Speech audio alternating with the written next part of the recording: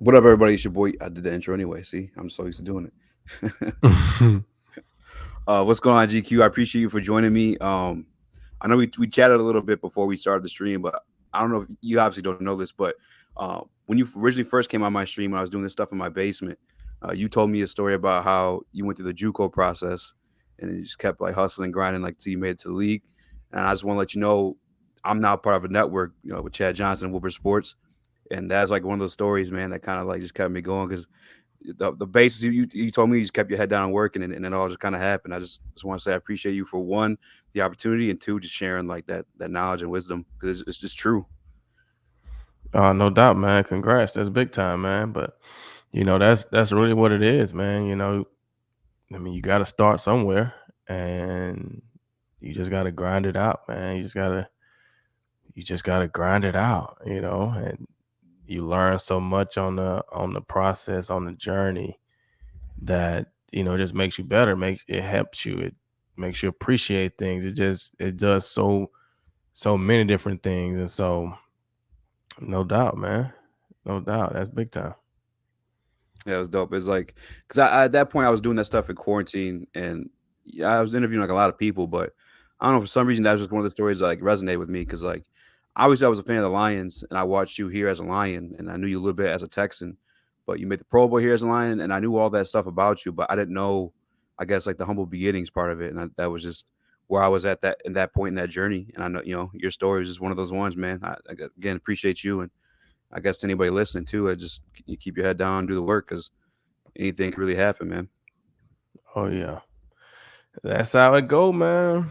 I mean, I think anybody that you talk to that's made it to some type of successful point or feel like they're successful or made it to the top or anything, they will say the same thing, man. You just grind it out. It ain't gonna be easy always. It's gonna be some tough days. You just gotta keep fighting it, man. Keep going, keep going, keep going, and you end up where you want to be.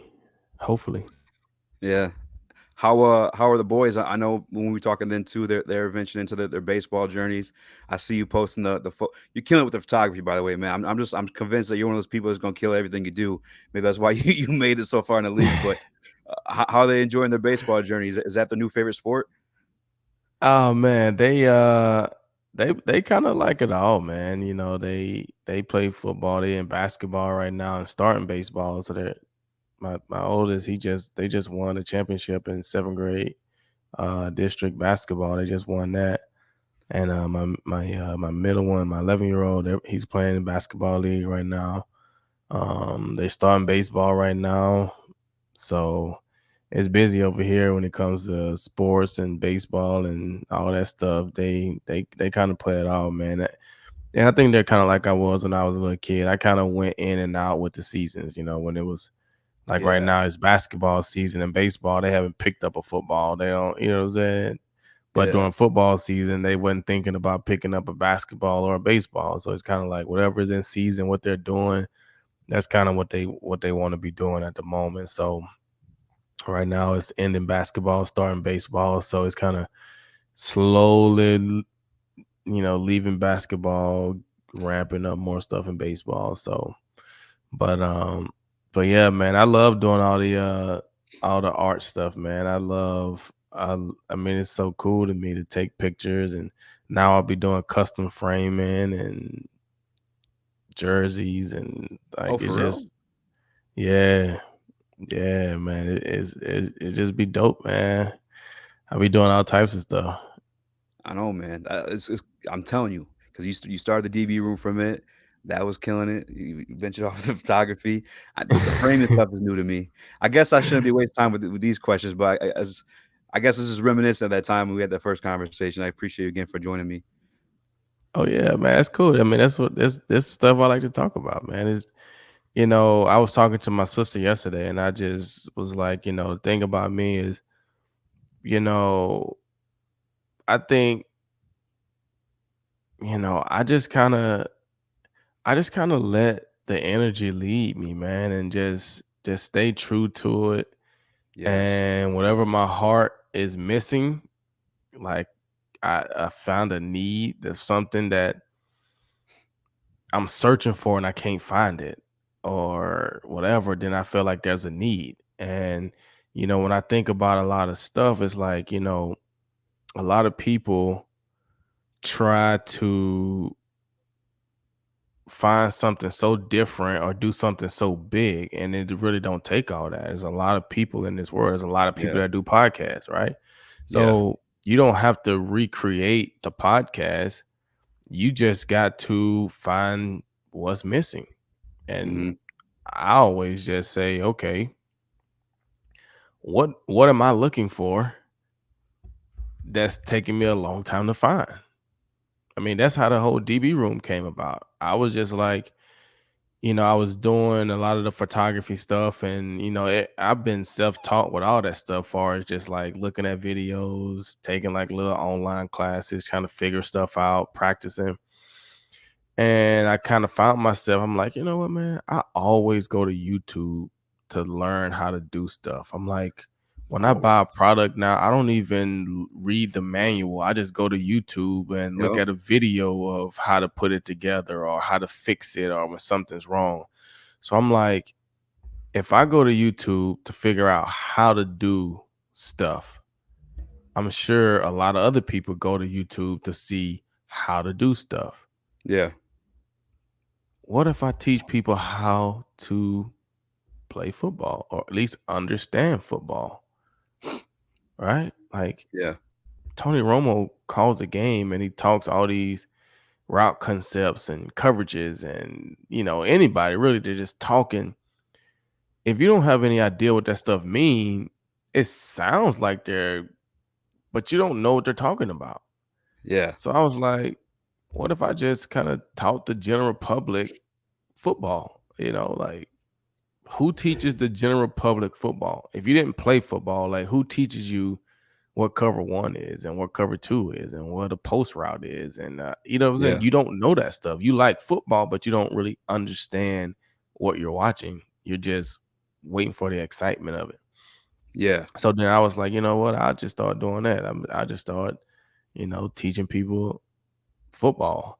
And then I was like, you know what? I just created the DB room because I was thinking about, the DB room is like, I love the DB room. That's, all the people in the building hang out in the DB room. So that's why I was like, you know what?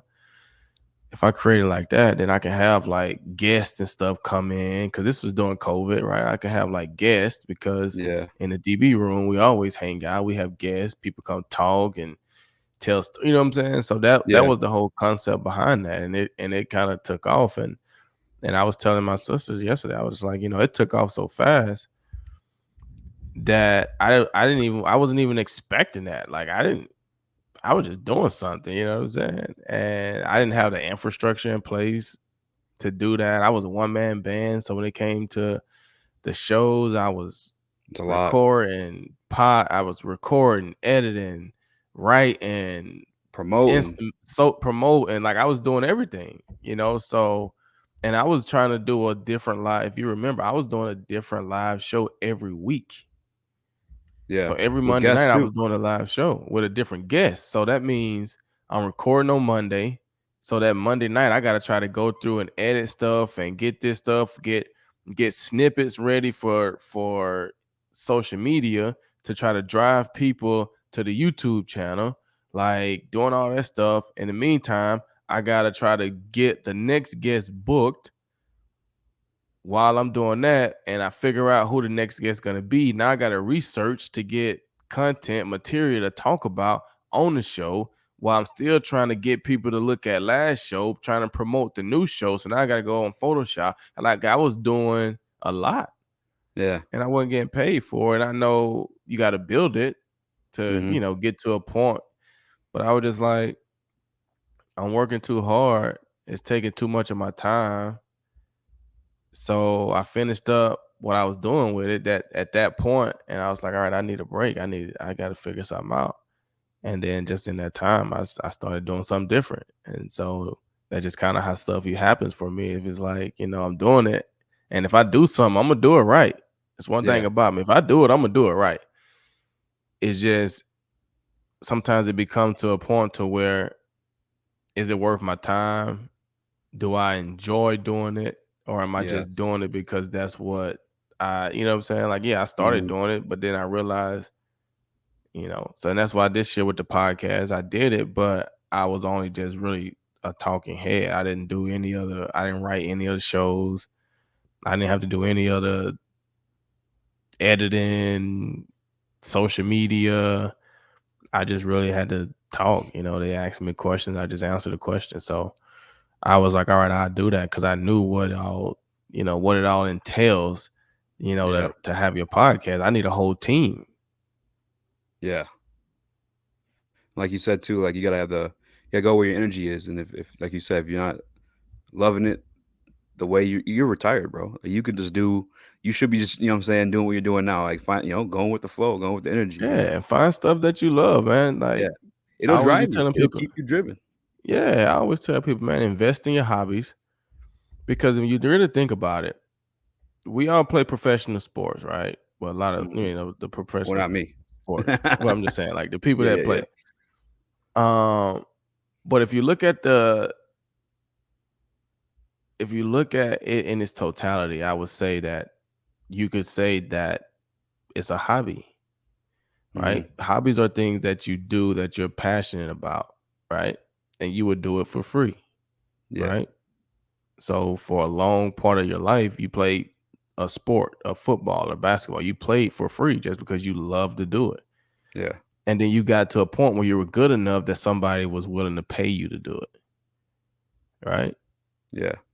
So when you think about photography, heck, you just like taking pictures. So I just do it for free. Like I just like to take pictures. But then all of a sudden you get to a point where you're good enough that somebody wants to pay you to do it. Oh, okay. Hey man, I just be freestyling and rapping in the locker room and having fun. I got a studio at the house that I just, because I like music and Yeah. and then you get good enough that somebody's like, dude, you should really think about doing this. Now they pay you to do it, right? So that's Yeah. what happened with sports. So that's why I tell people just follow. I mean, you might have a job, but don't forget about your hobbies, things that you're Yeah. passionate about, things that you're willing to do that nobody really has to pay you to do, that you wake up and you enjoy doing. Because if you continue to invest in those things and you get good at that, then now you may end up coming across something to where you get to provide for yourself by doing something that you would really do for free. But I've been doing it for years because I just love doing it and I got good enough at it that somebody paid me to do it. Yeah. So that's what happens with me. And it may not even be like landing in the professional realm of like playing a sport or whatever it is. Like a lot of the NFL GMs and coaches, I feel like were players that didn't make it as pros. You know what I'm saying? Like a lot of people forget Bill Belichick. I think he used to be like a defensive back. You know what I'm saying? Like obviously he didn't make it as a defensive back. I mean, a lot of those people, that's where you land. If even if it's rap, if you don't make it Right. as a rapper, maybe you might make it as a promoter. But you land, like you said, like where you genuinely enjoy doing something. But it's kind of goes full circle, guys, because we're talking about the DB room. And one of the dudes, actually, first and foremost, you talking about freestyle in the locker room. I got to know this. Who was the best at dropping the bars? Because I didn't even know that was a thing for you guys. Or you just. Oh man, in my time in Detroit, I probably would say Nate Burleson. Oh, actually, yeah, Nate's Nate got it. Burleson could drop some lines, and then Jeremy Ross. Jeremy Ross could flow too. He was a returner for us. He had the 2 Receiver. touchdowns in the snow game. He played in Green Bay a little bit. But yeah, Jay Ross could freestyle too. So I say him and Nate Burleson. Nate is like out of this world talented, dude. Yeah, So, Nate can go. yeah, He can go. Nate. I remember because I wanted to freestyles for fun and like, but one day it was either CBS or NFL Network, but they cut a whole promo of like a game or a playoff series coming up, and it was Nate freestyling like the whole like setup, and I was like, bro, that was insane because that was like actually like good. You know what I'm saying? Like that was like, Like he can flow, man. Like he used to say he used to do all types of stuff, man. yeah, Like he can do it for real. yeah. I remember we had the Lions blood stuff going too. I feel like you should kept. I like that stuff was nice. I feel it was like before it's time too because like that's almost the style now. I feel like all the lion blood stuff he was making. Yeah, and that be the thing, man. A lot of times, decisions be made on a bigger scale, on a global scale. You know what I'm saying? Just like me. Yeah, You know what I'm saying? I got tons of people that say, "Oh man, you should bring back the DB room. Ah, I love the DB room. Like, oh man, he should make those videos again." And it's like,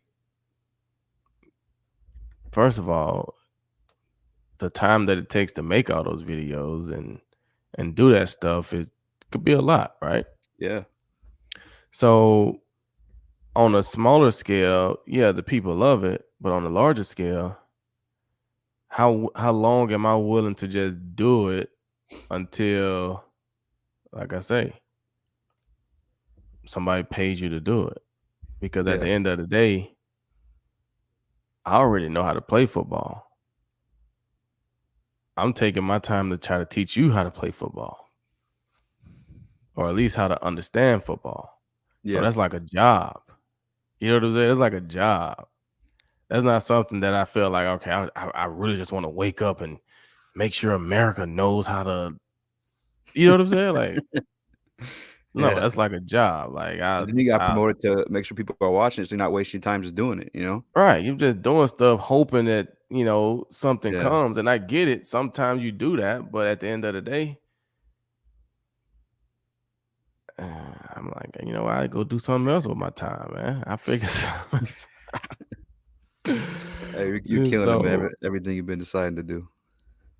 it's been fun though. I do enjoy like dibbling and dabbling into a lot of different things, you know what I'm saying? And really figuring out what you like. And that's how I came up on, doing custom framing. And it's been fun. But like I say, also it's things that I was doing, I enjoy doing, but it's challenging. I've learned a lot.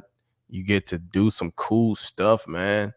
And you get to create pieces that live in people's houses, you know what I'm saying? And so that's kind of where I went. Like when I started thinking about, my route, you know what I'm saying? Like I always, like I'm a huge Lil Baby fan. And so in one of his songs, he says like everybody's going the same route, but I switched up my route, you know what I'm saying?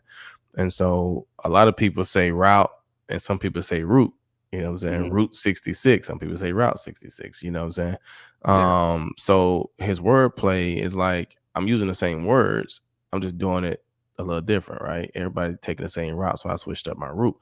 So when I think about that, it's like, okay, when I was thinking about the photography stuff, it's like, man, it's a lot of people that like take photos right now, man. Like Yeah. everybody got cameras. These cameras are so dynamic, the phones, all these different things. And it's like, okay, everybody's trying to be a photographer and Porsche.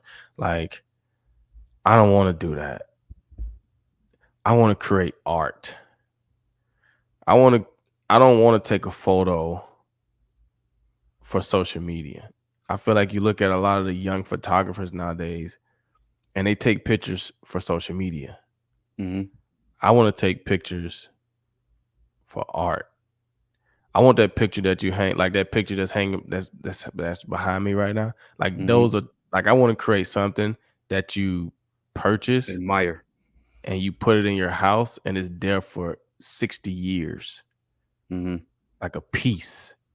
I don't want to just take a photo that you put on Instagram and tomorrow you put in a different picture up there. You know what I'm saying? Like, Yeah. Have you captured I that don't have, moment yet? huh? Have you captured that moment yet? I wouldn't say that I have, but I also would say that some people look at different photos differently. You know what I'm saying? Like I posted a couple pictures from the time that I had when I was in Detroit. And a lot of people loved a lot of those photos. I had a cool looking old school downtown picture of, Detroit. I had a Motown picture that looked dope. I had a picture of Joe Louis, like the fist. It was a dope picture, just different. I mean, I'm sure a lot of people got those pictures, but it was just taken different, edited different, just looked different. And those are pieces that people could put in their house. You know what I'm saying? You get it framed and these pieces that last a long, long, long time. And so that's kind of where I navigated to because I began to feel like, bro, I don't have time to chase people for $45, $55 social media photo shoots. Like, Mhm. that's not worth my time, man. I like, bro, my camera costs $7,000. Like, Yeah. you know what I'm saying? Like, I would rather, That's crazy. you know what I'm saying? Like, I would Yeah. rather just shoot stuff for fun that I just love to shoot than to chase you around for $100 photo shoot that you're asking for a discount on. You know what I'm saying? Yeah. Like, that don't excite me or motivate me. So a lot of Yeah. times when I go and take pictures, I just go and do it for free because I Mhm. don't want to fight you over the money. Yeah. So I just do for stuff for free. And if I don't feel like taking pictures, I just don't take pictures. Yeah, now that, like, I guess I am getting paid to do content, it is different, like, having to like force the situation than rather like come naturally. You know what I'm saying? Like even like this conversation we're having now, like this is a sports podcast. Like we haven't talked sports, but I'm still genuinely enjoying like this conversation. Like that's the one part I do miss about just doing it like at my leisure or by my own motivation and not like, you know what I'm saying, having to do it. If that makes sense. Right. Right. Yeah, man. So, you know, but I understand everybody's situation is different, right? I mean, some people, like I said, I use football to set up my life so that Mhm. now I can do what I want to do. Some people, you know, if this is your job, then you got to do what your job is. You know what I'm Yeah. saying? Like this what they want you to do. This what you got to do, right? Like when I was playing football, they wanted me to play cover one. I got to play cover one. Like you know what I'm saying? Yeah. But just is what it is. So I get it. But like I said, for me, everybody, like I said, everybody's situation is different. So instead of me just trying to become the next photographer, I was just like, nah, I'm gonna switch it up. I'm gonna try to do this. And then it was like, you know what? I like doing that. So then I started framing my pictures to put in my own house. And once I started doing that, I kind of fell in love with like the framing process, That's the whole crazy. design. Because you remember when I was taking pictures of my sneakers and stuff, I used to put like different like designs and just kind of edit them in different types of ways. And now I started doing that with like the frames and stuff and just kind of designing different looks with different mats and different colors and different all types of stuff, right? And so I just kind of fell in love with that stuff. And it was just like, man, this is kind of cool. And it was like, this is something that, for one, is challenging. I can learn how to do it. And people pay you for it. And if they don't pay you, I got a lot of stuff myself that I could frame. Yeah. Like, that's my own stuff. And so then, like I said, I started to see what's a need. So I started Googling like where custom frame shops that around me. And there was none within like 10, 12 miles other than like Hobby Lobby or Michael's or just the main, like those just little stores. I was like, Yeah. hmm, that may be something that I can do because there's a lot of houses around me within 12 miles. So I just started learning custom framing and started doing it. And then I got into framing jerseys and this and that. And being that I was a player, I know a ton of NFL guys. I know a ton Yeah. of guys that I got probably 20 jerseys in my office right now for Just framing. waiting to be framed. Yeah. I'm Yeah. working on several pieces right now. Super Bowl piece I'm working on, like pieces for restaurants, sports bars. That's dope. So and I ain't even really, I don't even feel like I took off yet. Like, I feel like, because I ain't even really posted a lot of it stuff yet. So once I started doing them, I didn't even know you were doing that. Yeah. yeah, once I started doing them and I'm posting them and people see it, I'm pretty sure a lot of the NFL guys that live in the city of Houston gonna be like, oh, dog, I got a bunch of jerseys. Hey, man, you can frame some of my jerseys. Yeah, I got you. Yeah. Boom. So it's fun for me. It's cool for me. I get to create something that these people hang up in their house, right? It's a piece Mhm. of art. Yeah, it's a jersey that they played in, but I created something from pictures to designs to nameplates to logos, whatever it is. You know what I'm saying? So it's just cool to me, man. But like I Yeah. said, I could talk about that stuff all day. Like I said, you know what I'm saying? This is the stuff that you do for free. Yeah. Football is like, all right, it's a job. I got to talk about football. Yeah. But Well, shoot, football paid well for a minute too. They did. Um, I'm gonna record like this, so I could probably make a reels afterward. But you talking about framing jerseys, kind of.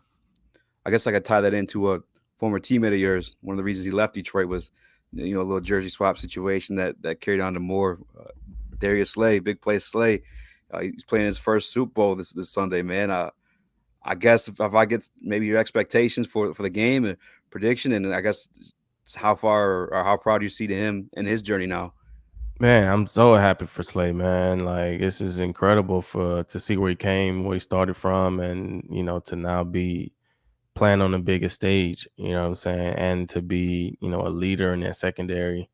Um, I think it's huge. He's had an incredible career. I mean, we give him a hard time because I mean he probably dropped 8 interceptions this year.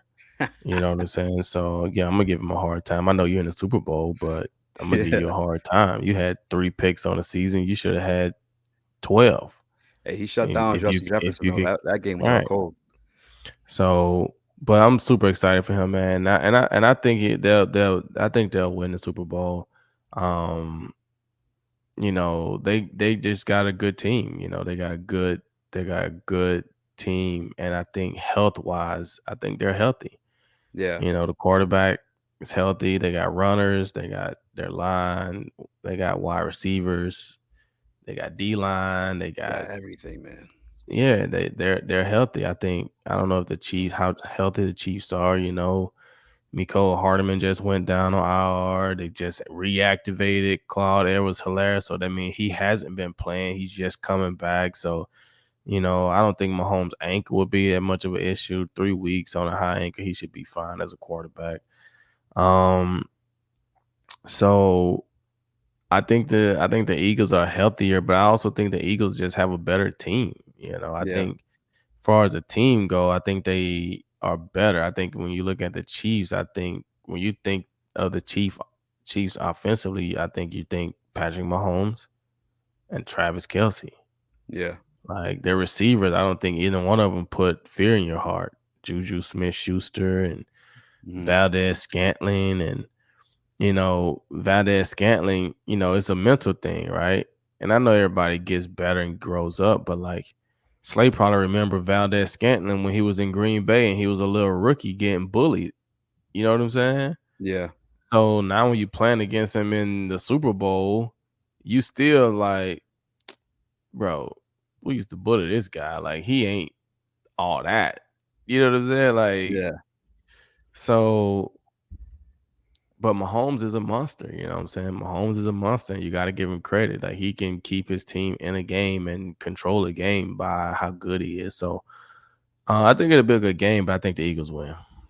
yeah. I got the same theories too, and I mean part of it as like a analyst now per se, like for the network. I look at the team, the constructed with so many pieces, talented pieces that they could afford because I got Jalen Hurts in that rookie deal right now. And I was even just doing homework, just like on the soup in the history of like the salary cap. I guess there's never been a quarterback to win a Super Bowl is taking more than like I think it's 12.2% of the team's salary cap space. But you think about it, it makes sense because it's the ultimate team game. And the Eagles, the reason why I'm picking them to win is they got the best team. Yeah, I mean, that's gonna be the thing in football. In basketball, you can have a couple high paid guys because you only got to pay a few guys, Hmm. and And they play both ends of the basketball floor. is yeah, basketball is a team game, but one or two big time players you can dominate and win a game. Football is so different. It takes a team. So if your quarterback is taking up the majority of your salary cap, then you just don't have enough money to buy or put enough good players around them. So Hmm. then that's why you see most of the time those guys have the most success when they're on their rookie deals, but they're good enough to play. You look at the Russell Wilsons in Seattle, right? He's on his rookie Hmm. deal, but he's good enough to make plays. But he got a good offense around him. Marshawn Lynch, Had Percy Harvin there at one time. He had Yep. tight ends. He had a good offense. Then you look at the defense. They had a good defense, right? Well, then once it's time to start paying people, people got to go because we ain't got enough money to pay everybody.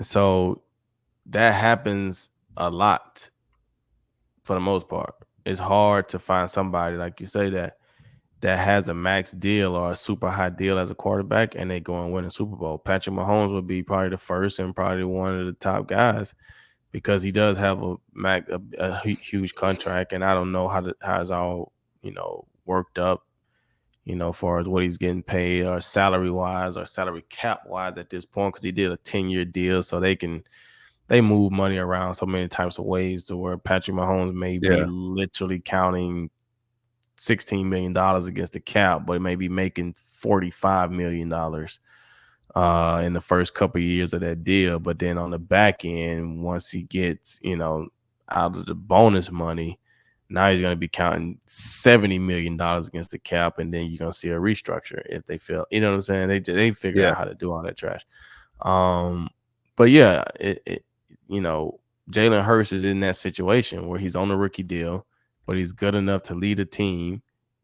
And by him being on a rookie deal, you can put so many other pieces around him because he's not taking up all your salary cap.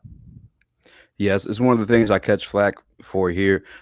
Here's the thing about me, man, is I'm always like tell it how it is or how I truly feel, and I get that the Detroit Lions had a over 500 record this year, and I always catch flack because Jared Goff is on one of them deals where he's on the back half of it where he's getting the big money, and I just feel like I think if you draft a rookie quarterback, odds tell you is you're more likely to win the big game. I'm not saying you can't win games with Jared Goff because obviously they won 9 of them this year, but I mean he's even the perfect example. When he went to the Super Bowl, he was on his rookie deal, and that team was stacked.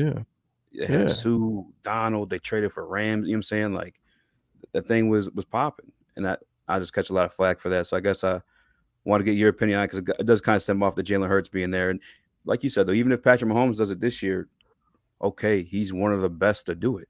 You know what I'm saying? Right. Like that'd be Right.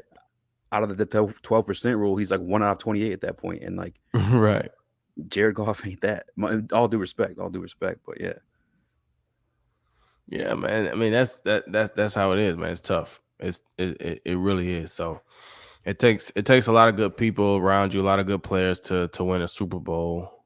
Health, and like you look in Dallas, they deal with that, right? Like you pay Dak a lot of money, and everybody's sitting here and say this and this and that. CeeDee Lamb is on his rookie deal.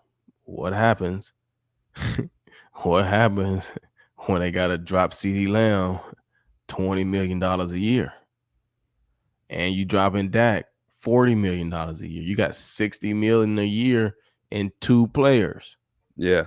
Oh, Tony Pollard is like, you know what I'm saying? You just can't pay everybody, right? Like Zeke is still getting paid. They're gonna have to cut Zeke.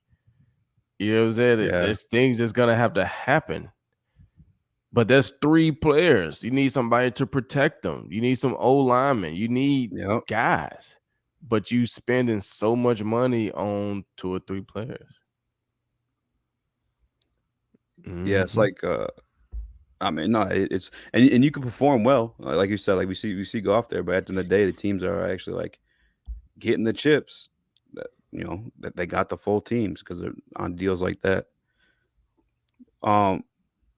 That contract conversation stemmed into like another one with another host at Woodward Sports. My guy Neil, shout out to him. That they're on from I believe it's like 11 to 1, but he we had a debate yesterday. And I just guess I was looking for like some clarification because we were talking about how you get the signing bonuses, but as it pertains to the cap, it's kind of prorated across like the contract. Because you signed with Detroit, did you get a signing bonus? I'm assuming. Do you get all that money up front, or do you get it as it is displayed across like the cap? Like 1 year you get 5 million of it, the next year you get the other 5 million of it, or do you get it all like up front? Well, your signing bonus, you get it based off of how they structure it. Okay. depending on, and that would depend on the team, the money, the owners, how they want to do it, right? So they could say, all right, you sign a $40 million deal, and we did a $10 million signing bonus, right? Yeah. Well, you signed 5-year 40, $10 million signing bonus. So that 10 million is going to get calculated over the course of the 5 years. So that $10 million is going to count $2 million a year against the cap, right? Mm-hmm. But you're going to get that money within the first year.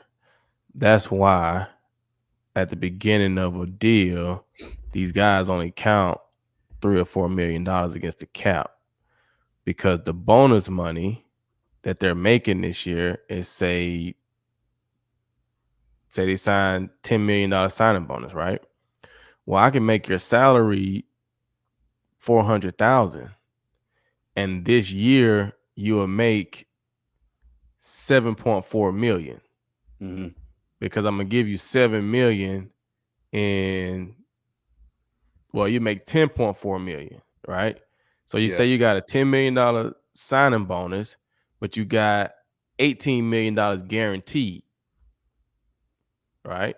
So that Yeah. first year you get $10 million in your bonus money, but your salary is only $4 million. $400,000, right? So you made 10.4 million in the first year of that deal, but you only counted 2.4 million against the cap, because the signing bonus is prorated over the 5 years, and your salary is only 4 million. So in that first year of that deal, you made 10.4 million, Yeah. but you got 18 guaranteed. So in the second year of your deal, you make the other 8 in roster bonuses, probably report bonuses. There's different bonuses, Yeah. right? And they can still keep your salary low. So your salary might be $2 million the second year, but you got 8 million in bonuses. So now you made $10 million your second year. So now you signed a 5-year 40, but you're making 20 point something in the first 2 years. Yeah. But a lot of it is bonus money. So your cap number is low. That means the next 3 years of that deal is all salary. Mm-hmm. So you say 3 divided into 20 would just say roughly $6.5 million a year. But you got to throw in the bonus money proration. So you throw in the signing bonus proration. That's going to put you at $2.5 million, $2 million. So now we're paying you 6, but you're counting 8. Mm-hmm. Right. So that's why you get some of those guys towards the end of their deals and they become cap casualties, because we're paying you $10 million a year, but you're counting $20 million against the cap, but you're now worth $20 million. Yeah. So we got to cut you. Yep. You see what I'm saying? Yeah. Because you made a lot of money up front, but That's now on why I the back backloaded like end, that. yeah, on the back end, it's all salary. So that's why you get guys that get extensions. Okay, Mm-hmm. you're still playing at a high level. So instead of having this money all in salary, let's do an extension, and then we can change some of this to bonus money, and Yep. then continue to prorate the whatchamacallit to keep the numbers down. So that's why I was saying Patrick Mahomes is in like the first or second, maybe third year of his 10-year deal. Yeah. So his salary cap number may be lower right now because Mm-hmm. they probably just giving him a lot of bonus money. But in the next 4 or 5 years, his salary cap number gonna be super high because all them prorations gonna be adding up.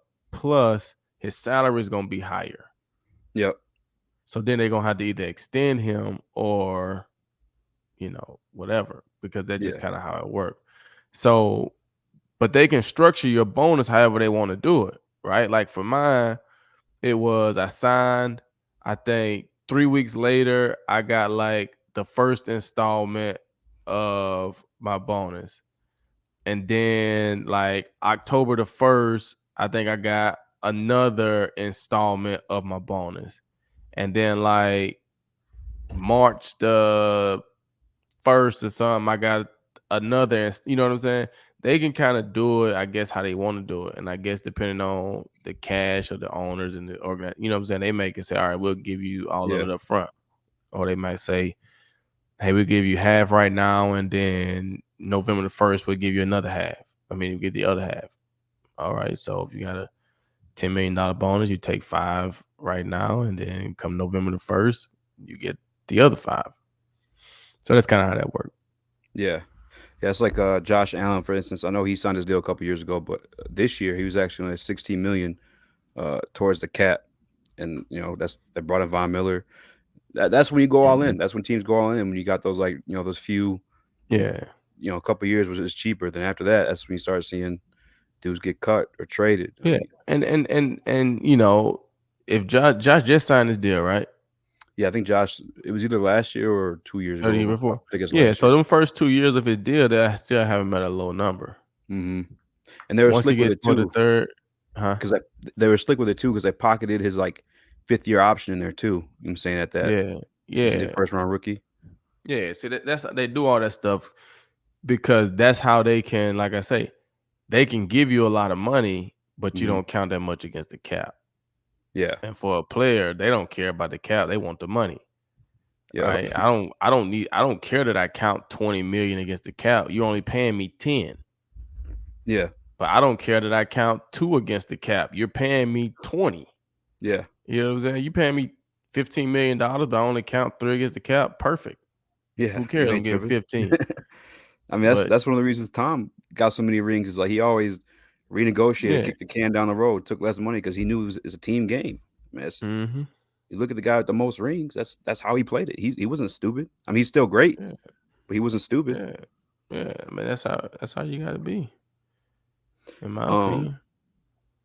I guess moving on from contracts though into the Detroit Lions because we have been on a while. I apologize. I appreciate you taking your time, but I wanted to ask something about Detroit Lions bringing in Dre Bly because we've had conversations in the past as it pertains to player coaches and depending on how the play style was back when they played it, how effective they could be. But I remember back when you were in Detroit, Slay had Rasheem Mathis to kind of help him, with the ropes or whatever. Is that something Dre Bly could offer to the DB room for Detroit? You think, or Yeah, I think you can. I think the biggest thing about player coaches, in my opinion, just because you were a great player don't mean you'll be a great coach. mm-hmm. Right? You have to have the ability to teach. You have to be able to connect. You have to be able to understand. And sometimes as an ex-player, you know how you were as a player Mm-hmm. and what you needed and didn't need and how you played and approached the game. Well, there's a reason why you're great because you were like that. Everybody's not wired like that. Yeah. So I think that's one of the reasons why Michael Jordan struggled so much as a GM and this because everybody's not wired like you, Mike. Yeah. That's You different. can't Different breed. draft Kwame Brown and think he's gonna be you. He's not. He's not wired like you. Yeah.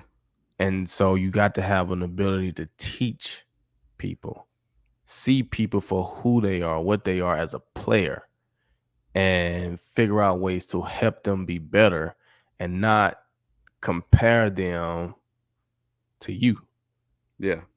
as a player. Oh, in my days, we would have been doing this. It ain't your days. These are the new days. And none of those kids in your meeting room right now remember watching you play. Yeah. None of them. You know what I'm saying? Yeah. So to them, you're old. At the end of the day, you got great history, but they don't know you as a player. It'd be different if,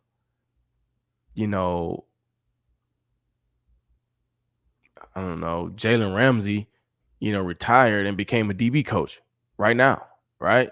Yeah. Those guys know him. And They he's don't familiar with know today's you, game. right? So you got to be able to connect to the new school. You can keep your old school habits or ways, but you got to be able to connect and make it translate to the new school guys. Yeah. You know what I'm saying? No, And you got to be a 100%. good teacher. You got to be a good teacher. So I know Dre as a player, from when he played, Yeah. great player, very instinctual player, good corner, ball skills. I don't know how good he was in the classroom. I don't know. I mean, you would think he was good in the classroom because he was smart. He made a bunch of plays on the field. Mm-hmm. But I don't know that. I don't know how he was as a teammate. So I don't know how he would be as a communicator, as a teacher, because that's what it takes to be a good coach. You got to be able to teach. And I think, not to put the subject on me, but I think that's why a lot of people come to me all the time about, bro, you should be a coach. You should be a coach, Yes. because I have an ability to help people understand the game easily. Yeah. That's You one know of what the I'm reasons I saying? love. That's one of the reasons I love talking to you, because like you articulate things so well. Like Yeah. So just being able to teach it helps people understand it. yeah, Being able to take what you're saying, what you need, what you're missing, and be able to help you get it, right? yeah, That's good coaching. Not me just saying what I used to do, why I used to do it, how I used to do it. This is what we got to do. This, no, this is, I yeah. want to Make it teach make you, sense. right? And so I don't know how he is like that. I would assume that, these are situations where you got to trust everybody. You got to trust Brad Holmes. You got to trust Dan Campbell, that they know what they need. And Dre Bly was a guy that fit the role, not only from a coaching standpoint, but also from, he played in Detroit. Yeah, So that's a good move for the fans that remember him and thought he was a good player.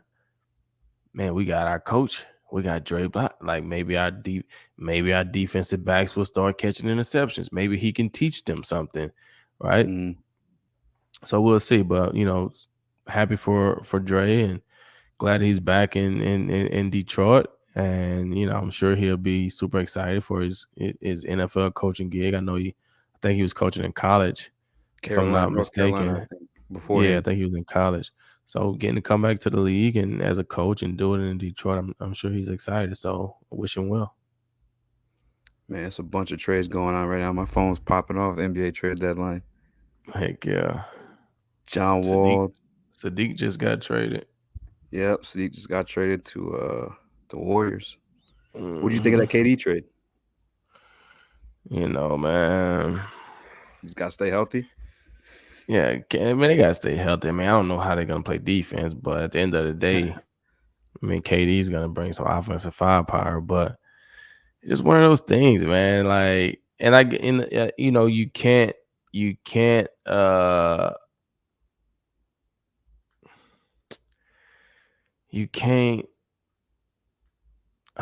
What was I about to say? I got to looking at this trade. You're good. I know it's popping off my phone too. I saw John Wall was coming back to the Rockets. Bro, I felt bad for him. Uh, He wasn't he man, like begging to leave when he was there. No, he's, dude, but I felt like the Rockets were gonna trade Eric Gordon because they yeah, freaking lost last night, and Eric Gordon fouled De'Aaron Fox on a buzzer beater at the end of the game. The Rockets were beating the Kings. They were shooting a buzzer beater to try to win the game, like they were down by 1 or 2. they Eric fouled him Gordon on a game fouls the winner. guy. He Oh fouls man, the guy, and he gets 3 free throws, and when they lose by 2 points. So when I saw that this morning, I was like, they're gonna trade Eric Gordon. I was like, I wonder if he can fit with the Lakers or something like that. And then now I see Eric Gordon just got yeah. traded. Lakers got uh, Mo Bamba. yeah, they That'd be trading interesting. everybody.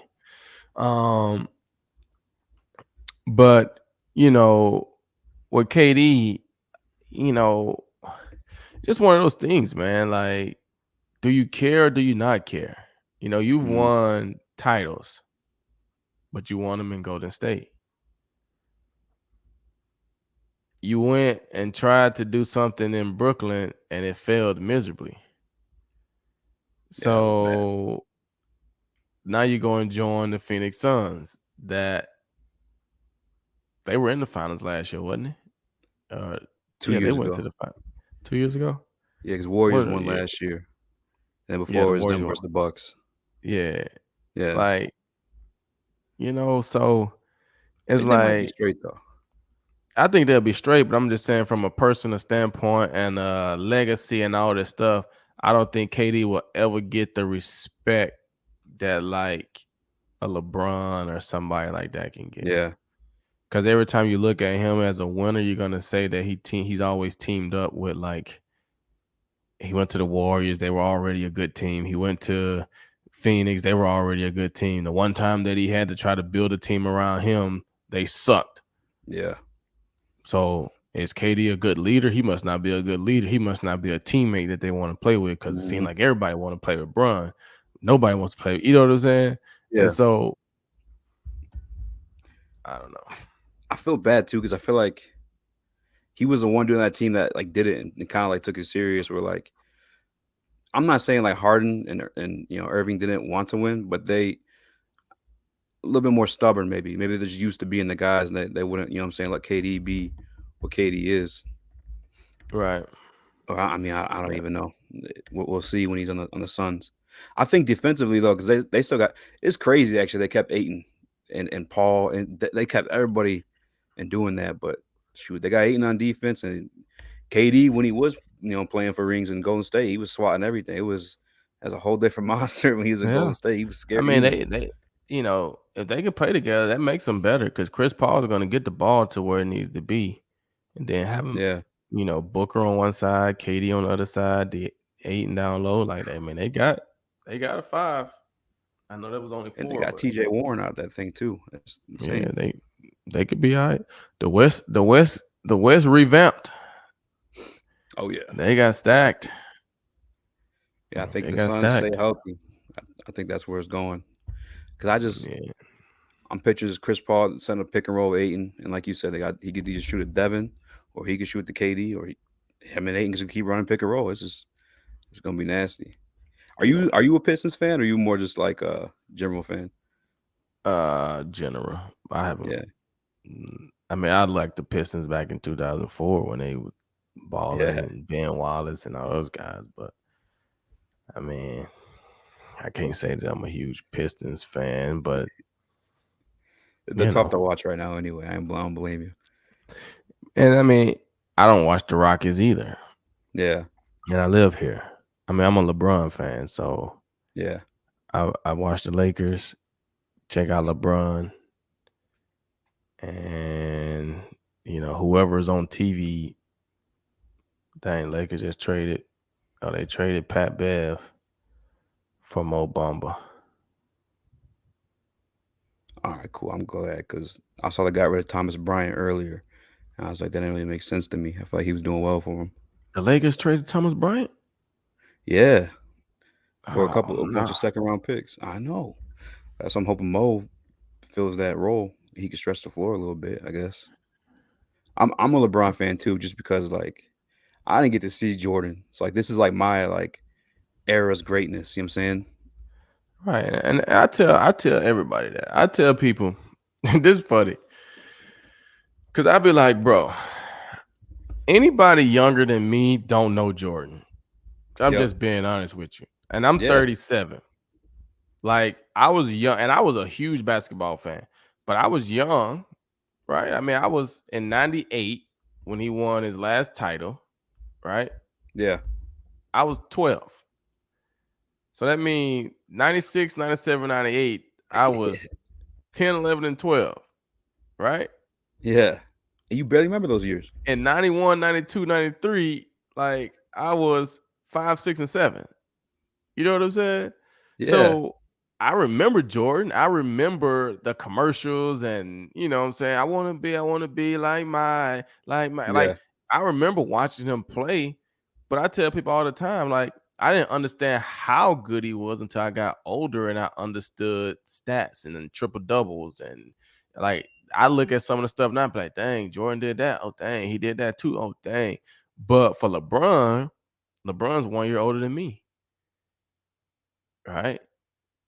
So in my older years, when I understood basketball, I've literally watched LeBron my whole entire adult life. And Yep. I've been able to understand what he's doing, how he does. You know what I'm saying? So for me, yeah, I'm gonna say that because that's what I see, and I see it vividly, and I remember Jordan, and I'm not taking nothing from Jordan. But the people that's younger than me, you 35 and under, you got no clue who Jordan is, other than movies and highlights that you've seen. That's it. You don't know Jordan as a player. You don't remember him because you were too young. Yeah. It's like all the stuff that people like, I guess the knocks on LeBron, like people my age or your age, like they can bring them up because you watched them live in those moments. But we don't remember those. We didn't get to witness those moments for Jordan. Like there were years Jordan Right. got knocked out in the first round. We can never Right. bring that up, or situations he came up short because we didn't witness them. We only Yeah. live in like the remnants of him winning the rings. You know what I'm saying? And the people that can, outside of the, sports talk analysts, right? The people Mhm. that can are the older people, and they ain't really on social media talking about it like that. Yeah, You know what I'm saying? The ones who yeah, are on social media driving the content are the younger crowd. They don't even know Jordan like that. They only see the highlights. So yeah, they're gonna say this. They don't know yeah, Jordan like that. The ones that know Jordan and could understand Jordan like that, they're my parents' age. They ain't on social media talking about this and this and that. You know what I'm saying? yeah. So yeah, and Like we it's just know a lot Jordan of through things about highlights, bro. it's just a lot of things about LeBron that I have to admire. I mean, LeBron did this all in the social media era, and you can say that was what that benefited him, yeah, but that could also hurt you. And Jordan didn't deal with social media. Jordan didn't deal with everywhere he go. There's everybody got a camera phone. Like I saw a meme the other day of Jordan taking that iconic shot against the Jazz, and nobody had a phone out in '98. Nobody. Or even And they cameras. coupled it with LeBron's photo the other day shooting his final shot, and everybody got a phone out. Yep. Everybody. So Jordan walking down the street, there are no phones and cameras and stuff like that where everybody's looking. LeBron leave out the house and there's cameras everywhere. So this guy's never even been in trouble that you know of. And that people might say, well, he probably paid a lot of money to keep people to be quiet. Well, he got it. Whatever it is he Yeah. doing, you don't see him in trouble. Yeah. You don't see, I mean, he still talks to his high school sweetheart. Like, Yeah. think about that. This This dude got a guy could parking probably ticket. have, huh? So this dude didn't even have as much as a parking ticket either. Like as far as like, Yeah. Like this yeah, guy could probably have any woman at yeah, some point in the world. yeah, And he's been with his high school sweetheart. yeah, You know what I'm saying? yeah, Like, and like you said, the amount of things that he do, you would assume that something comes up. Hey man, we're gonna sue LeBron because he did something. mm-hmm. You haven't heard anything. Nothing. Like you say, you don't even hear a parking ticket. And you might say, well, he don't drive. Well, I guess. Like, you know what I'm saying? Yeah, You don't hear anything about LeBron negatively. bro. Like Even no his team. allegations. Like no allegations though. Yeah, yeah. In his Just a team. just a woman, just wanting something and just saying making something up. You don't even hear allegations. Yeah, bro. I admire it, bro. It's crazy. You got to. You freaking got to, man. It's crazy too because Like, like even his like team, his managers, his business people, they're all his boys. yeah. Like I always sit back and, you know, I think about this stuff, and if I ever had a chance to talk to LeBron, right, I would say I would ask him a question and be like, "You're one of the greatest basketball players, if not the greatest basketball player to ever walk the face of the earth. You came from a single family home. Do you ever sit down and just ask God, why did you choose me? Out of all the people in the world, you chose me to grow up the way I did, to be what I became. You know that God didn't choose you just to be a great basketball player. Like, what? You know what I'm saying? But when you look at Yeah, his off the court stuff, maybe his that's it. schools, and like the impact that he has, it's like basketball is a vehicle, Mm-hmm.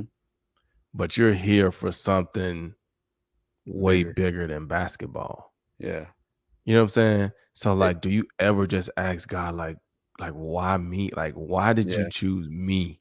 Out of all the people in the world, you chose me to be this. yeah. The biggest, strongest, fastest individual in, like, think like literally. There's nobody 6'9" in the NFL that runs as fast as LeBron, that weighs as much as LeBron. Hell no. Yeah, You know what I'm saying? Like, there's nobody. If you're 6'9" in the NFL, you're not that fast. You don't mm-hmm. jump that high. You know what I'm saying? Yeah, and just Like, staying healthy too. yeah, Because like, you look at bro, AD, a tremendous talent on the same team as him. They nicknamed him bro, Street Clothes. You know? bro. God made something. Why? Like, Yeah. not that I'm questioning it. I ain't hating on you. No, no. Yeah, I yeah, appreciate you. I just want to make sure that I'm doing everything that you put me on this earth to do. yeah. You know what I'm saying? Like, I mean, to give maybe me that's the why he stays blessed sustainability. I'm about to say, to give me the sustainability to play in this game for 20 years. at a high level, the highest level. Dude, he's putting up the same numbers at 38 as he was putting up at 18. It is crazy, bro. And yeah, So I'm a LeBron fan. watching I'm a your LeBron reactions fan. right now. I'm a Wait, so LeBron is he fan. your GOAT? Yeah, he's my GOAT. Yeah, But I'm the type of person, like, I'm the type of person, like, I don't really like putting players against each other. You know what I'm saying? yeah, Like, I like to, and everybody's good, and everybody, like, Jordan is the GOAT of my childhood. Like, I'm a Jordan fan. I tell people all the time, I don't understand how you can be just one fan. Like, thank you. I mean, you know what I'm saying? Like, Yeah, I I was a root for Jordan greatness. fan. Yeah, Just because I'm a LeBron fan don't mean that I can't be a Jordan fan. No, I like Jordan. Jordan don't play anymore. So can you not like any other basketball players because they yeah, ain't Jordan? yep. You know what I'm saying? Like, Honestly, yeah, you can't like Steph Curry because you was an AI fan? Really? yeah, it make no You sense. know what I'm saying? Like, Yeah, so, and I'm a huge AI fan. I'm a Jordan fan. I'm a LeBron. Like, and I don't really try to get into who was the best and who was the. Hey, Jordan was the best when he was playing. LeBron is the best when he's playing. Like, yeah, well, if they would have been, and I be telling people, they be like, yeah, but the eras are different. I'm like, guys, do you guys not feel like LeBron 6'9", 270, like 60, like whatever. You thank don't you, you don't thank you. think if he grew up in that physical era, you don't think he wouldn't be physical like that? Exactly. Like, he probably complains about calls right now because Yeah, that's the culture of the league, and I shouldn't thank get that you, call. thank you. I be saying that all the time. Like that's a nature of the game. James Harden won an Right? MVP. But That's what he if does. That's that's what you not the do nowadays. culture, if we're out here playing football, you don't think Bron's gonna be jacking cats up? He's 6'9", 270. You know what I'm saying? Like, you Yeah, don't think he's thank you, freaking, thank you. like, So you say mean that tell too, me man. this little guy can play in that era, but this big guy can't? Come Yeah. on, man. Come Like, on, and no man. disrespect to like I gotta fix my damn security thing, but no disrespect to like the greats before, but like you look at the build of like a Larry Bird and like people like that, like if they like you said, 276.9, bro, like he would have adjusted. I promise you that. Oh Promise yeah, you that. How no fitting too. question. He broke the record on like his signature shot too. That little that was Mm-hmm. dope. I just hate they lost that game because that's one of those things that haters gonna bring up, but it is what it is. I mean, at the end of the day, bro, he scored 38,000 points. Like that didn't Yeah, just happen in one game. Like and that's dude, you know, dude's not even championships playing are a 82 team games game. anymore either. Like no one's gonna break Yeah, that. no, no, No one's gonna that break that. won't be broken. I mean, I think the closest is who KD. He's only at like 26,000 points or something like that. Yeah, K, some I KD's don't already know in his what the 30s number. too. Yeah, like KD. I mean, you gotta think 26,000 points just to get to 38,000 points. You gotta have 12,000 points. So I mean, you gotta have 2,000 points a year for the next 6 years. Yeah, Yeah. nah, dude's the GOAT.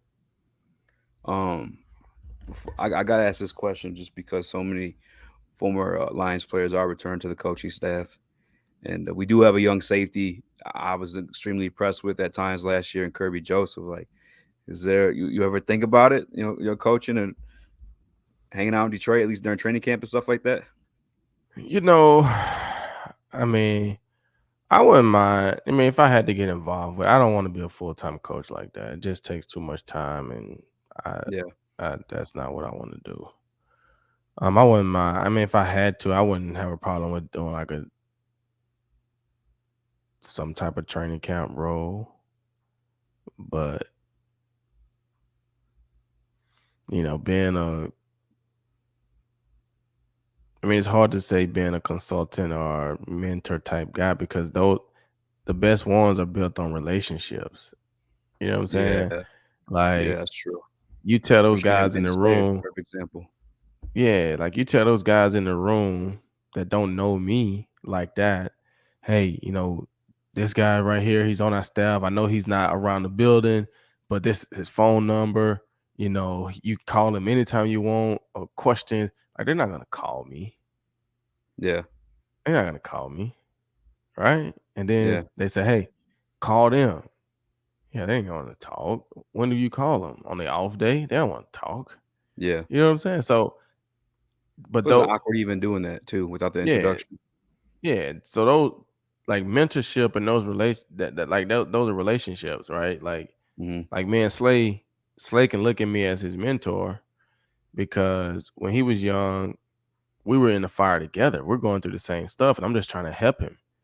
And we Hmm. built a relationship, and now, you know, he can look at me in that regard. But to sit here and tell Slay that I was supposed to be his mentor, and we never even met each other like that. We just talking on the phone. I think it's gonna have a different, you know, whatever, unless you are a player that's really, really, really, really known. You know what I'm saying? Like, Yeah, I'm sure if Deion Sanders was doing, I'm sure you might would get some young corners that might feel like, nah, I'm gonna call Deion. Like yeah, he told us we can call it, I'm gonna call it. You know what I'm saying? yeah. But I don't know. But coming back to the staff, man, I used to go back and forth with it and think about it, but I just don't want to take the time, man. Be honest with you. Is it because it's cold up here? Nah, man, because I mean, my guy just got the job in Houston, D'Amico. I could have tried to get on Man, here some kind of way, but yeah, now if they approach me maybe. with an offer, I would always consider it. And if it works out, it works out. Yeah, But they probably won't approach you when you're not like actively trying to get into coaching. Like if I was actively trying to get into coaching and I'm reaching out to them and just letting them know, and if they want, what I'm saying, I'm sure they would be like, oh yeah, you can come in and be an assistant DB coach or do something, and just to have you around, be on the staff, and Next thing you know, now you're the DB coach, and then you do well. Okay, well now you are this, and then you're the defensive coordinator, and all of a sudden you're a head coach. It happened. I mean, that's what happened for D'Amico. I'm sure he started off as a linebacker coach. Yeah.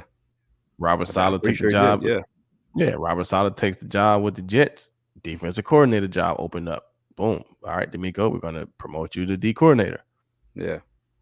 Does that for 2 years. Now you're head coach. I mean, he just started coaching in like 2017 and 18. Yeah. So I'm he ain't been super coaching excited for for about him. 6 years. And it feels like, I know everyone's been saying this already, but just because the whole situation with Houston was kind of getting like weird there, like all these black coaches there just 1 year getting fired. Because even David Culley, I feel like did really well for like what he was given in that first year. So I thought it was just weird for him to get fired. And it felt too. I have all due respect to Lovey. You know what I'm saying? I'm a Lions fan. I remember when he was in Chicago, had a dog ass defense whooping up on us in Detroit.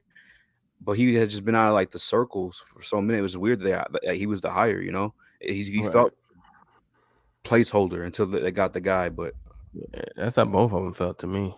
Placeholders. yeah. Like, well, we don't really know. But I don't know.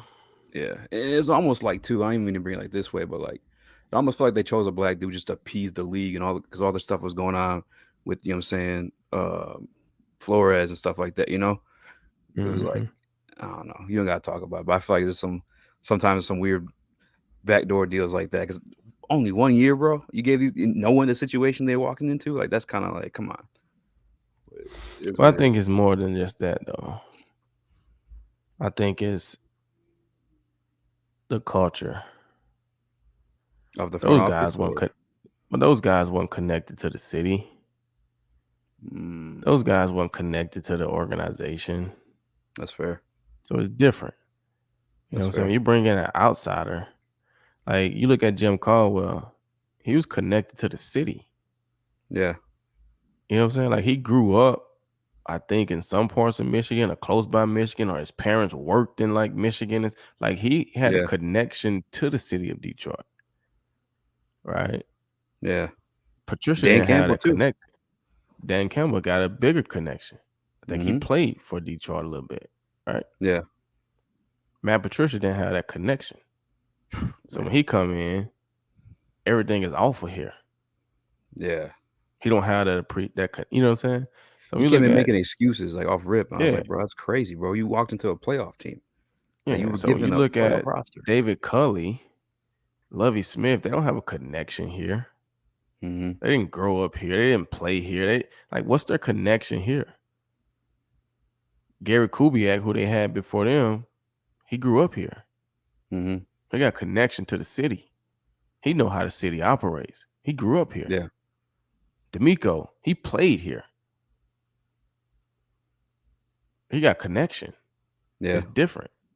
So I just think those other guys, they didn't connect with the team that I felt like. They didn't connect with the city. So then when you don't perform, why are we keeping you? You know what I'm saying? That makes sense. Yeah, There's no connection. Lovey I seen coming because, like I said, I felt like that was that type of situation. The David Culley one was the one that like blindsided me because he like won way more games than they were supposed to, and that was like Davis Mills was an actual rookie that year. Like they should have been like way worse, but it is what it is. And they probably look at that stuff as well. Like, hey man, D'Amico's been doing well. He's a coordinator. It won't be weird because sometimes they might think it's weird to hire somebody from a position coach role to make him a head coach. Yeah. Right? They haven't even been the coordinator yet. They just became a head coach, right? Yeah. But D'Amico is a coordinator. He's been a coordinator for the last couple of years. The 49ers are playing really good defense. We really do like that style, yada, yada, yada. Yeah. I'm sure if the job was available, D'Amico would consider it. But we got to get rid of Lovey. So you fire him. And then you put out D'Amico Ryans as one of our top guys. He's still in the playoffs. But now he knows, dang, I started in Houston. My family is in Houston. Like, I get a chance to go back to Houston and be a head coach. Why not? Guaranteed money. Like, why not? Yeah. That's an easy sell. Yeah. And I'm excited for that one. I know I had you on over an hour. I apologize for that. We've been kind of kicking it. But can I squeeze one question in about retirement, if you don't mind? Yeah, what you got, boss? And you don't have to answer one because it deals with money or whatever. But the Calvin situation, obviously, and they're working on fixing it from based off like his last like interview that he did with some New York Times article. But when you retired, did you have to deal like did they pay you your money or was your situation just totally different from when you retired from with Detroit versus Calvin's? Mine was different because I had got released. So when you get released, they know I no longer have a contract. So I technically retired as a free agent. Oh, okay, I didn't know that. I didn't. It looks like I retired from the Lions, but I technically was a free agent because they released me in February. I didn't technically retire until July.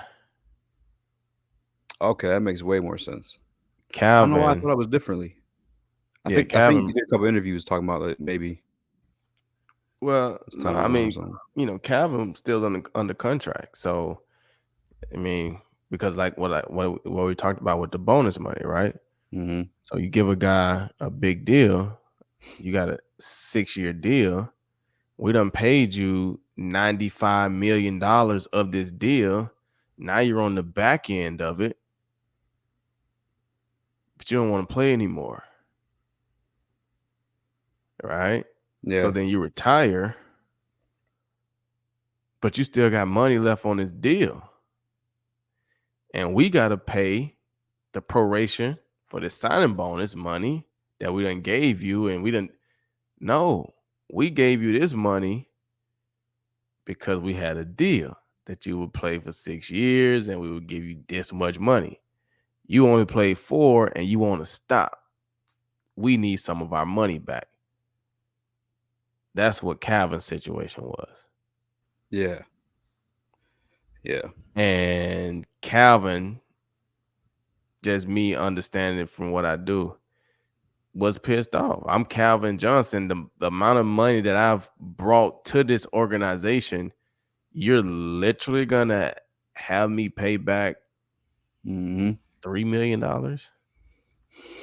Really? Yeah. $3 million? And they're gonna make money off him for the rest of his Forever. life. Yeah. They can still sell Calvin Johnson jerseys right now. Exactly. Bobbleheads. Like They you can can make monetize your money YouTube off channel and play his Calvin Johnson. highlights. You know what I'm saying? Like Because, like I said, the people, and this is just being honest, they keep Barry around, which they should. The new school people only know of Barry. They didn't watch Barry play. They watched Calvin. yeah. You didn't watch Barry play. You didn't see the highlights. Exactly. You I know never he's seen a a negative run Lions in my great, life. I've but you only never saw him seen the play. highlights. Yeah, you never saw him play. You saw Yeah. Calvin, though. Mm-hmm. So if you had a choice to go get in this line to get this Calvin or get in this line and get this Barry, you probably going to get Calvin. I know Yeah. Calvin. I mean, Barry's cool, but Calvin, that's who you grew up watching probably. Or, I mean, you vividly remember Calvin. Yeah. So they'll make money off Calvin. They could do something and make that $3 million back in one day. Literally. Off of Calvin. So you really gonna make me try to pay? You really? Yeah. Okay, so if that's gonna be the case, then I'm not gonna allow you guys to just continue to use me to make more money, and you making me pay you money back. Yep. It's gross. It's gross. Very. And the other thing too is like if you want to attract other players, other great players, I should say, like they see that. You know what I'm saying? Like, why would you want to build a legacy in Detroit if it's just gonna be disrespected at the end of it? You know? And that's why I said what I said when Stafford was ready to go. And, some of the fans kind of try to jump on me because it's like, what is this and this and this? And I'm just like, guys, you guys got to understand. Sometimes you got to do things that don't benefit you in the short term to help you in the long term, right? You got Mm-hmm. to change the mindset and the culture and the mentality of the way people see Detroit. So at the end of the day, Stafford had given you a ton. He had given you a ton, Mm-hmm. right? You're going to move him. At least give him the option to tell you at least where he want to go. Mm-hmm. That's all I was saying. Don't send him to Cleveland Yeah. just because they give you better picks. Don't send him somewhere where he don't have a chance just because they give you better picks. Mm-hmm. Hey, Stafford, man, because you want Stafford. Stafford's going to always be known as a lion, Yeah. right? Even when he won the You Super Bowl, want he did a him. commercial. It was around like him playing on Yeah, Lions. Yeah. yeah. It was around what he kept saying. Even though you did everything you could for 12 years and you did this and that, and like, Yeah. but they still, like, you know what I'm saying? He's Yeah. basically saying how he feels about Detroit, right? Yep. He's going to be around Detroit even after he's done playing. Yeah. So why ruin that relationship? Why not start to show, hey, man, at least they care about you around here. Like, they'll take care of you, but you got to do your part. Is it that big of a deal to say, hey, Stafford, we're going to trade you. You want out. We understand. Where Mm-hmm. would you like to go? So that we can at least do our best efforts to try to get the best trade value that we can get from that team. So Yeah. that it's a win-win for everybody, because obviously it's business. But we want you to be happy and go somewhere where you would like to go and play. And we want to be able to get some stuff for you as well. Yeah.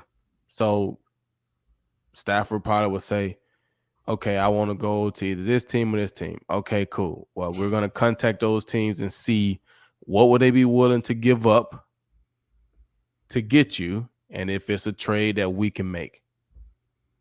And if Mm-hmm. we can do that, then we'll send you to the Rams because they gave us something that we felt like was this or that. You know what I'm saying? That's Yeah. all I was saying. Don't Yeah. just send a man to a dumpster fire because they give you the best deal. Mm-hmm. Like, That's like, 'cause I look at it from the fan perspective. Obviously, I want the best deal, but I'm glad that like that's changing there, and I feel like part of it is that Chris Spielman's in the office now, because before I know it was the president. Can't think of his name right now. But when they did Calvin dirty like that, I just feel like obviously it was like a financial decision on their part and not a culture decision. And now that they have a player in the office, they're making culture decisions because they know, you know what I'm saying, that perspective of things. because it's connection, man. Yeah. Yep. When you only Yes. see it as business and money, doesn't matter. When I'm Mm-hmm. connected to you, I'm connected to your family. It's bigger than business and money. I care about you. I understand it is business and money, but my relationship with you is bigger than business and money. So how can we get the best deal for the both of us? You want to retire, I understand. This is what we got to do. Okay. We ain't going to make you pay any money back, but we got to get some training camp appearances, some things that you come out and do for us, and we may not pay you for it. Something like, you know what I'm saying? Like Yeah. anything. What can we do to where you can Come to a retire, game. and you know what I'm saying? Yeah. And we respect that. You've given us a lot. What can we do to where it's great for you and us as a team is great for us, and we can continue to build on what you have started here in Detroit? Yep. And Calvin's almost then, on the LeBron tier too, where he never caused no trouble. Was always yeah, super humble. You know what I'm saying? Like, yeah. yeah. You don't want that. I mean, this right here has been the biggest thing about Calvin is his relationship with the Detroit Lions. It's Yeah. been the biggest thing. It's embarrassing, bro. It's embarrassing. But they don't look good for Detroit. People don't Exactly. say that it looked bad with Calvin. It don't look good for Detroit. How'd you Exactly. guys do Calvin like that? So as another player, they sitting there like, if you do Calvin like that, I know you'll do me like that. Exactly. You did Calvin like that. Exactly. And that's Calvin. Like, That's not, Calvin. yeah. You I'm know what I'm talking like saying? Hall of Famer, good dude. Like, yeah, that's why they gotta fix it, man. Because Like people don't like some things people don't expect because of who it is, right? Like if they didn't make Calvin Johnson pay any money back, but then another player kind of went and retired and they made him pay some money back, they would probably try to fight and say, well, y'all didn't make Calvin pay money back. But at the end of the day, they'll be like, but that's Calvin though. You know what I'm saying? Like it's but that's Bron though. But that's Cal. Is they got different rules. You know what I'm saying? Like, yeah. but that's Calvin though. I understand that. Me, they're gonna make me pay that little money back. Calvin, and it's Yeah. weird, right? Yeah. When you look at it, it's weird. Like Calvin made tons of money, so he should be able to pay it back. It's just the Yeah. principle. I didn't Yes. make as much money. Why you taking my little money, right? But it's the Mm-hmm. principle behind it. So there's things like that, and Calvin is that person was like, that's Calvin though, bro. Like, Yeah. y'all really trying to make Calvin pay back $3 million. Y'all really trying to make Calvin pay back $3 million. Yeah. Y'all killing the whole relationship, creating Mm-hmm. all this negative buzz around you guys as an organization because Calvin didn't want to pay back $3 million. Really? Of all people, man. Like, it's And like sorry if I'm getting a number wrong. It might have been more than $3 million. I don't know. But I thought no, I saw you're something that was good. like $3 million. I don't know what the number is either, but I know the Colts, when Andrew Luck retired, gave him 18 million. He got Yeah. 18 million. And we're talking about, I think now what Calvin wants, I think it's like around like 1.6 or something like that. The Colts gave Andrew Luck 18 million. And all due respect to Andrew Luck, he's not what Calvin was as a receiver at the quarterback position. You know what I'm saying? It's just I don't know. I think Sheila is a little bit different though, because obviously she brought Chris Spielman in. She changed the turf already. I know that's something that Tracy was talking about, bitching about. But she's Mm-hmm. making the changes. You know what I'm saying? Like she's actually like listening. I remember I was talking to Slay before. Well, actually, I guess you were in another organization too. But he just felt like not that Miss Ford wasn't bad. She just, like you said, wasn't connected to like what was going on. Right. Well, you're not connected is different. When you're connected, it just feels different. So you got to look at that type of stuff. Guys just get put in places just to be there, just to fill a role. They're not connected. It's different. It's different. GQ, man, I appreciate you connecting with me, doing this interview, going an hour and a half with me. I appreciate that, man. You got anything you want to shout out before we get out of here? Nah, man. Just like I said, man, I be doing my frames, man. I got an Instagram page where I be showing some of my work. GQ_frames. I got all my pages on my personal page on Instagram. You can get links to all my other stuff. But outside of that, man, just keep living, loving life, man.